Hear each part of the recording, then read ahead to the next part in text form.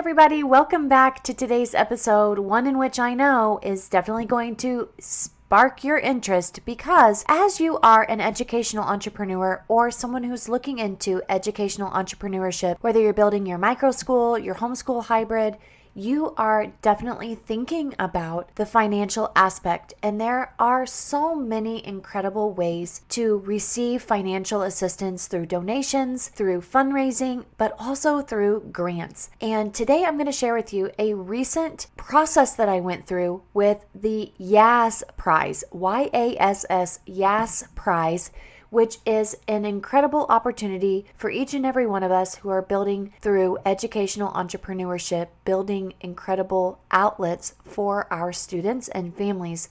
This is a grant opportunity for you to take advantage of. Now, it's already gone through. I just want to spark your interest. I want to share with you my experience with the Yass Prize so that you can prepare accordingly in the months ahead, because it will come up again next year in 2024. But right now, I think it is worth every bit of your time to think about how you can prepare not only for this grant, but for others as well. So I'm excited to share with you my experience. So let's get into it.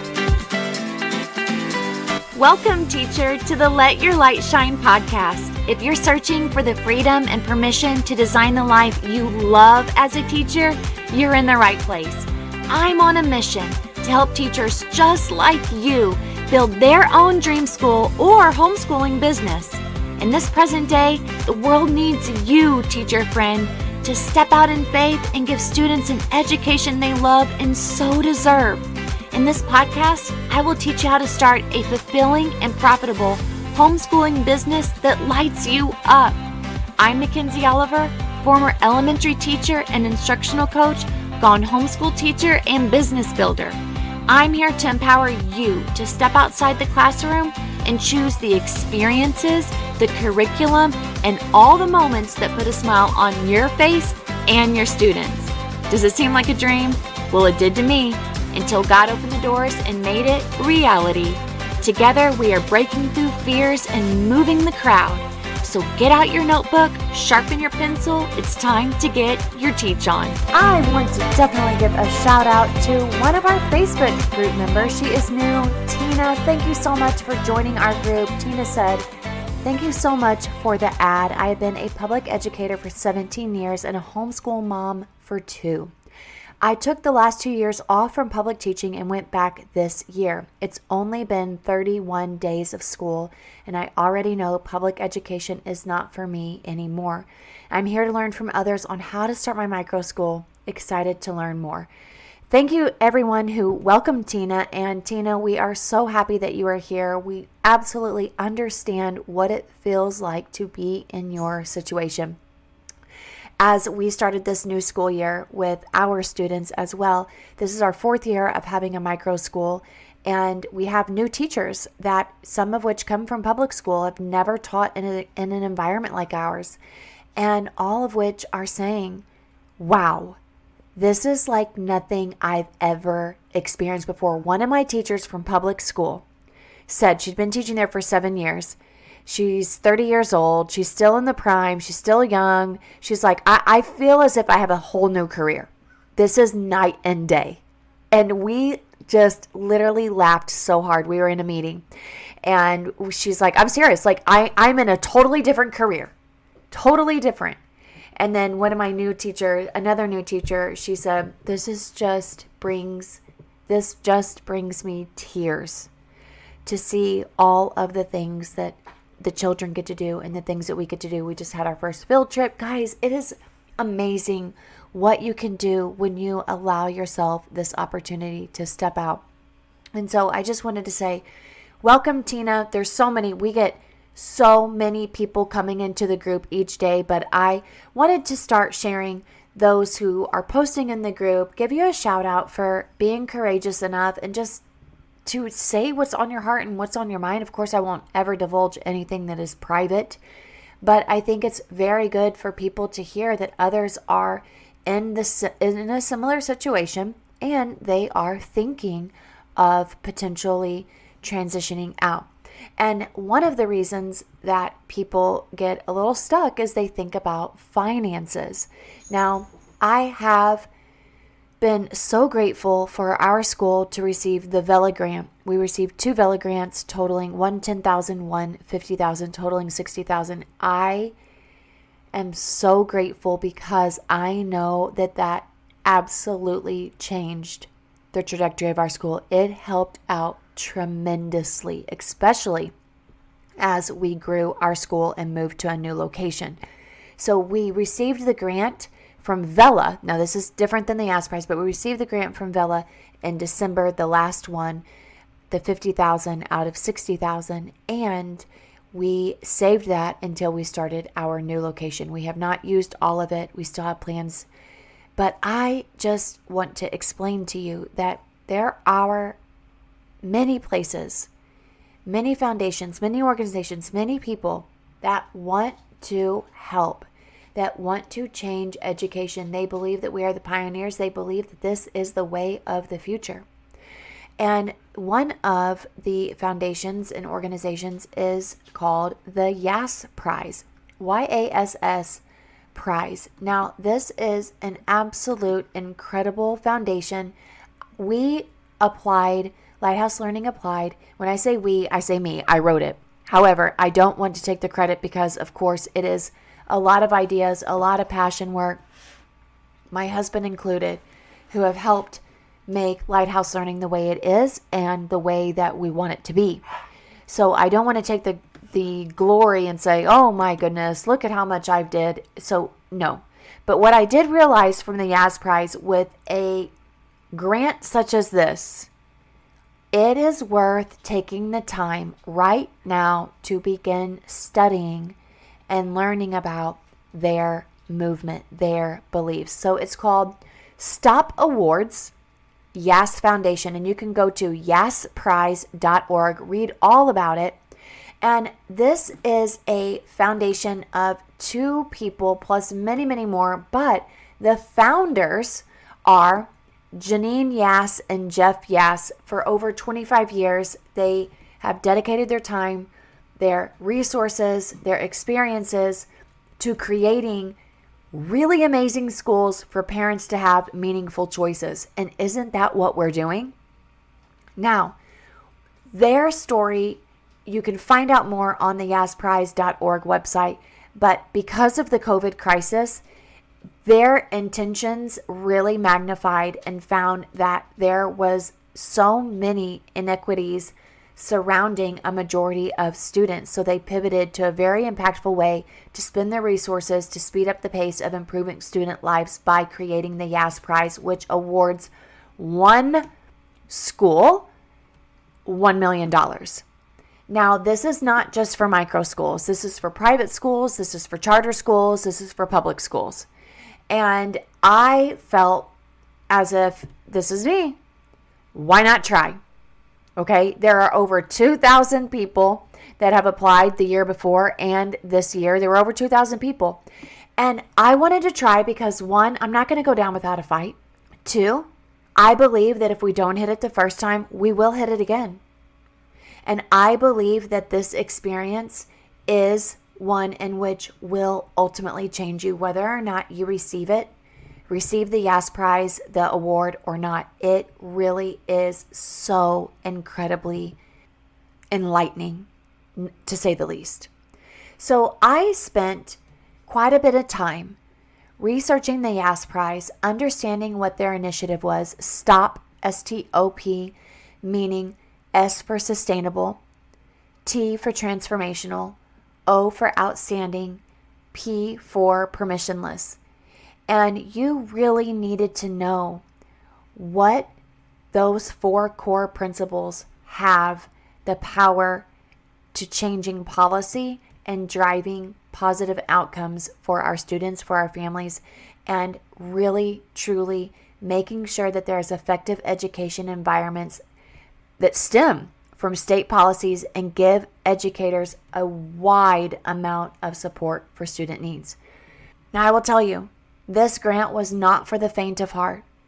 And what I learned from it was that even though my efforts were being sowed and planted and watered for several months, I still needed time to reflect and to grow and to write. And I will tell you that there was a lot of change in our school this year. We grew, we doubled our school, tripled our staff, we just doubled everything. And it was such a growth moment that when the Yass Prize was due in July, it was a race to the end. Even though I had done some prep work beforehand, it really was something that I found out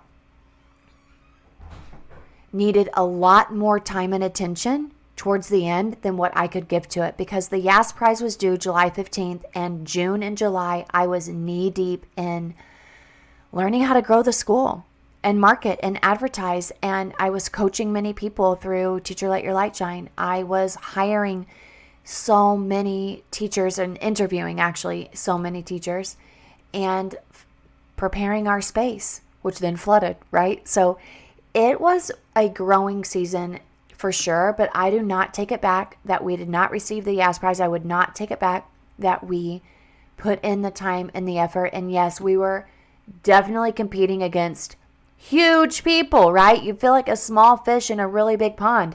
Charter schools, public schools. I'm telling you, these schools have incredible initiatives. And I know that because I want to explain to you how the Yass Prize works.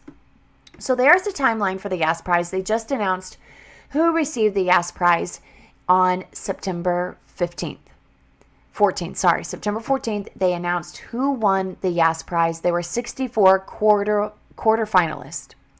All right, so that means 64 people or organizations, schools, not people, because takes more than village, right? We're building a movement. We're trying to expand, and out of 2,000 people, 64 education providers were recognized and rewarded. And out of that 64, 32 quarterfinalists will receive $100,000. Can you believe it? So quarterfinalists, so if you're in the 64, so we went from 2,000 to 64. So out of that 64, here's what the prizes are. So if you were in the 64, this is what you get one of four chances. One, to get $100,000. That's 32 organizations are going to get $100,000.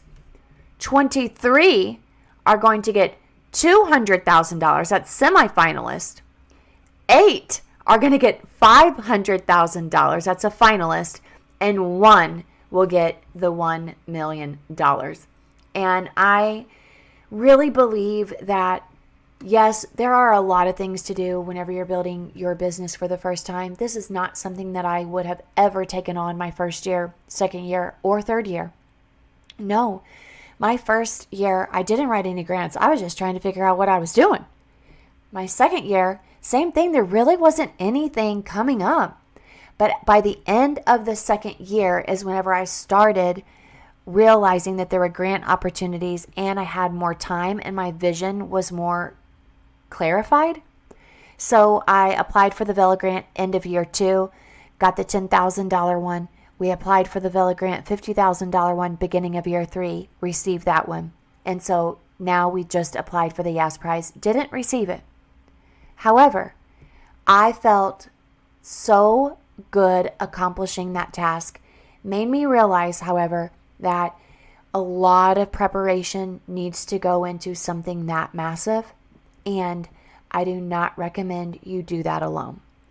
So here I was in the summertime trying to finish that on my own in the thicket of growth that I was having a very difficult time handling myself. But I've learned a lot. And guys, this is what this whole journey is about, and sharing it with you, because when I think about where you can be compared to where I was my first year to fourth year, I'm telling you, we are movers and shakers. And I really am so grateful for the opportunity to have gone through what we've gone through to be able to share it with you. Honestly, it's very, very humbling exciting, and it's really what love is all about, and that is giving to others. And so through this experience, I'm grateful to be able to share with you what it looks like on the other side. But I'm also here to tell you what it looks like whenever you apply for something and you don't get it and you're sad. Because I was sad. And even though you're thinking, well, McKinn's, come on, girl. I mean, you're just year 4. You're doing this by yourself. I mean, not by myself, okay? By the way, not by myself. Meaning, when you look at charter schools, public schools, you see so many people that are a part of this, right? There are other micro schools as well. But for me, starting out our micro school, before we started the big growth, it was me as the CEO, as the visionary, as the grant writer. I don't feel comfortable hiring a grant writer because right now I'm like, this is our vision. This is what we have. This is what was planted inside of me, and I want to unleash this, but I also want to be able to do it with integrity and do it with such depth and passion. And so, yes, you can hire grant writers, and I am not opposed to that at all, but I just was not ready for that. And also, I truly believe that even if you hire a grant writer, this is a partnership. And so you're probably thinking, well, McKinn's, you are just starting out and you're just growing, and these places have been around for a long time and they've got such large amounts of support and people pouring in. And yes, you're right. But still, there's something about just getting in the race. There's just something about it. Even if you don't win, there's just something about it. Because the work that was done through this type of award, grant writing, was so enlightening. You were to do your vision. They asked you to dream very big. You went through how to make it sustainable, transformational. You went through how to make it absolutely outstanding and permissionless. And it really made me think about our school and how much we had committed to making it really great. It made me go even deeper. And so I think right now, for me, looking at the Yass Prize and looking at what they stand for in those principles, I want them hanging in our conference room at our school and our church. I want them to be the forefront as I'm continuing to cast vision. I want to look at the grant that I wrote and be able to go back through and say, what really can work? What is it that I need to tweak? What is it that we can gain more stakeholders to come in and help us with this? And I truly believe that when you are working towards something so massive, such as $1 million, 500,000, 200,000, 100,000, you might not think it's massive, but it is whenever you are just starting out and you have literally put your dream out there for the world to see. So I'm so grateful for the Yass Prize movement. I'm so grateful for the people that have funded this and have spearheaded it. I don't know anything about the politics. I don't care about it. I don't know anything. That's not what I'm trying to do here. There's talk always about the politics involved in things, and it's just we don't need to make room for that, honestly. What we need to make room for is putting ourselves into situations to give ourselves opportunities to expand our mind, to strengthen our heart, to strengthen our goals, to strengthen our vision, and to put it down on paper. Because whether or not it's going to come now, it's going to come later. Because what you can do as you are working through grants is you can use those same ideas and those same lessons that you're learning and the ideas that are springing forth through your writing, through your dreaming, through your casting. You save it because it's going to be used to create and write another grant. And that's something that we've started this year too, is a spreadsheet with all of the grants that and their deadlines and how we are working towards meeting those deadlines and how to not just do it myself, having a team of people and making sure that I am involving others in our school. Sometimes you just can't, to be honest with you, because you are trying to power through it. You're trying to get things done. You've got a million things. You got to meet with people. You got to collaborate. However, if you can start now building up a team and start preparing how you can make your school, your vision, your dream on a grandiose scale and be able to get the incredible support that you need financially, I think it's worth it. I definitely do. So the Yass Prize began in March. So I would definitely be looking out for in 2024 for the Yass Prize to come again, probably around March. That's what I am assuming, because after March, you are applying, and there was the July 15th deadline. So back in 2020, at the beginning of 2023, they did a national roadshow. They drove around to many different cities. The Yass Prize did. The Yass Prize Foundation. Then in March 27th, they launched the application. In July, the application was due, July 15th. So right then and there, that's whenever I was pushing send. And there were so many meetings. There were so many support groups. They would email you. They even texted you to let you know, we've got a Zoom meeting tonight. You can come and ask your questions, which was really nice. September, that's now when the quarterfinalists were announced, the 64. In October, they're going to narrow it down to 23 semifinalists. And they also have you go through an accelerator boot camp. That's in November. And then in December, the finalists and the winners are revealed. Now, you are signing up. I'm sorry, the accelerator boot camp does not start in November. But right now, if you were a quarterfinalist, you are working through the accelerator boot camp. So you are saying whenever you are applying for the Yass Prize, you are committing that if you were a quarterfinalist, you are going to go through accelerator boot camp, which I wanted to do so badly. I'm like, oh my gosh, just the growth, the excitement to learn something new. I want to be able to do that. And so I am excited for anybody who was able to receive that opportunity to go through. And I'm sure that, it's accelerating. It's a boot camp. So there's a lot to do in a little bit of time. And then I believe you go to Ohio, where you're going to do some presenting for a week. I was looking forward to that so much. And then in November, there is the Yass Prize Accelerator. Like I said, I'm not for sure exactly what that looks like, but I know that they keep narrowing things down. And then in December, the finalists and the winners are revealed. So take a look at yassprize.org. You can read about the judging process. You can read about the Yass Prize Accelerator Bootcamp, which is a 4-week business accelerator. Oh, so good. And you can see so many incredible roadshow pictures. You can see videos on their website and read all about the awardees. So get yourself together in a sense of preparing in March to start putting your ideas into action, to put them down on paper. No matter what year you're in, I understand that could feel very overwhelming, but I say to you right now, you'll never know unless you try.